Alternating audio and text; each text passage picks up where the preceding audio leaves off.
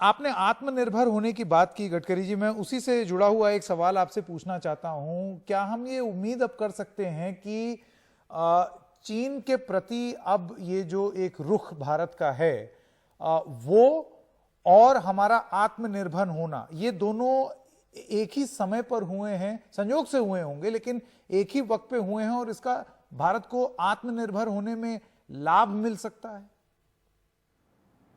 देखिए, आत्मनिर्भरता और चीन, इसका दोनों के बातों को जोड़कर आप सोचिए भी मत और इस लाइन में जाइए मत। मैं बचपन में था, मुझे एक अच्छा उदाहरण हमारे टीचर ने दिया था कि दो रेखाएं, एक आपकी और दूसरे की है। दूसरी की रेखा पूछने के बाद आपकी बड़ी होगी, या आपकी रेखा अपने काम से आप बड़ी करिए। मुझे लगता है हमने पॉजिटिव सोच के साथ अपनी रेखा को बड़ा करना चाहिए। केवल चाइना का विषय नहीं है, पूरे वर्ल्ड में हमारा कॉम्पिटिटिवनेस बढ़ना चाहिए, और इसके लिए हमको लो कॉस्ट कैपिटल लगेगा। उसके लिए हमको टेक्नोलॉजी को अपग्रेड करना पड़ेगा।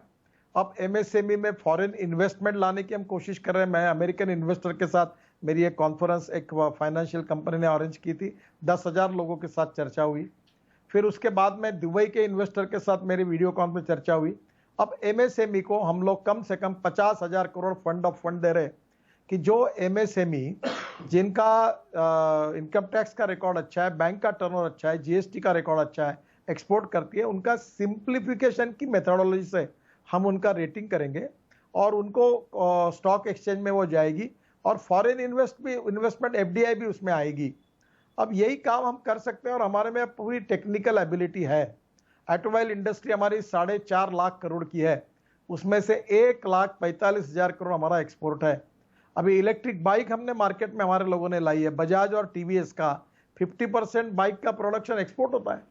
और हम एक समय हमारे देश में अभी स्क्रैपिंग पॉलिसी लाएंगे तो और स्पेयर पार्ट्स की कीमत कम होने में यशस्वी होंगे, और मुझे लगता है कि निश्चित रूप से हमारा ऑटोमोबाइल का एक्सपोर्ट बढ़ेगा। तो हर सेक्टर में हम क्या मदद सरकार की ओर से कर सकते हैं, क्या क्या फैसिलिटी दे सकते हैं जिससे हमारा एक्सपोर्ट बढ़े, हमारी इंडस्ट्री आगे जाए, रोजगार की निर्मित हो और देश आत्मनिर्भर बने, और 5 ट्रिलियन की इकोनॉमी जो प्रधानमंत्री जी का सपना है वो हम पूरा कर सकें।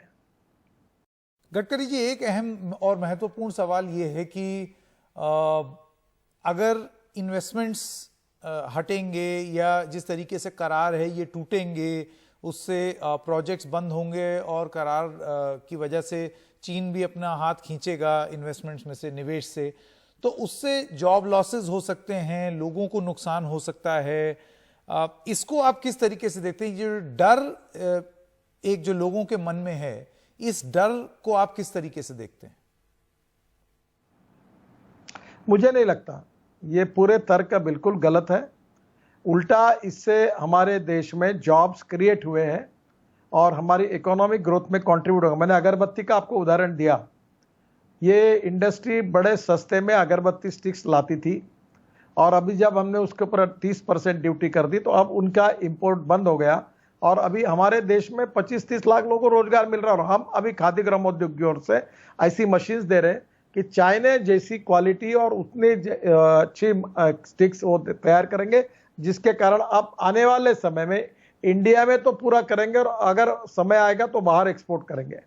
तो मुझे लगता है हमारे इंडस्ट्री को कैपेबल बनाना, हमारी स्किल्ड मैन पावर को ट्रेन करके सक्सेसफुली प्रोडक्टिविटी उनकी बढ़ाना, और उसके लिए टेक्नोलॉजी को अपग्रेड करना, और जैसे हमारे लॉ नियम है, हमारे इसमें लिक्विडिटी है, लैंड है, लेबर है और लॉजिस्टिक है, ये पांचों जगह पर सुधार करके हमको हमारी कॉस्ट कम करनी होगी। अब चाइना की लॉजिस्टिक कॉस्ट 8% है और हमारे देश की 13% है। हमको रोड बनाने पड़ेंगे, हमको रेलवे में इफिशिएंसी लानी पड़ेगी, हमको वाटरवेज चालू करने पड़ेंगे, ऑलरेडी हमने किए, और हाईवेज बना रहे हैं हम लोग। अब दिल्ली से मुंबई एक ट्रक जाने के लिए करीब 50-55 घंटे लगते थे, अब नया हाईवे हमारा बनेगा तो 28 से 30 घंटे में दिल्ली मुंबई ट्रक चला जाएगा, तो ट्रिप ज़्यादा बढ़ेगी, तो फ्यूल बचेगा, तो कॉस्ट बचेगी। तो धीरे धीरे हमको हमारे देश में water, power, transport and communication, इन 4 बातों में सभी प्रकार की सुविधाएं हमको देनी पड़ेगी, और हम दे रहे हैं। उसमें हमने काफ़ी अच्छे सुधार किए, इसीलिए वर्ल्ड बैंक ने ईज ऑफ बिजनेस में हमारा रैंकिंग भी ऊपर किया है।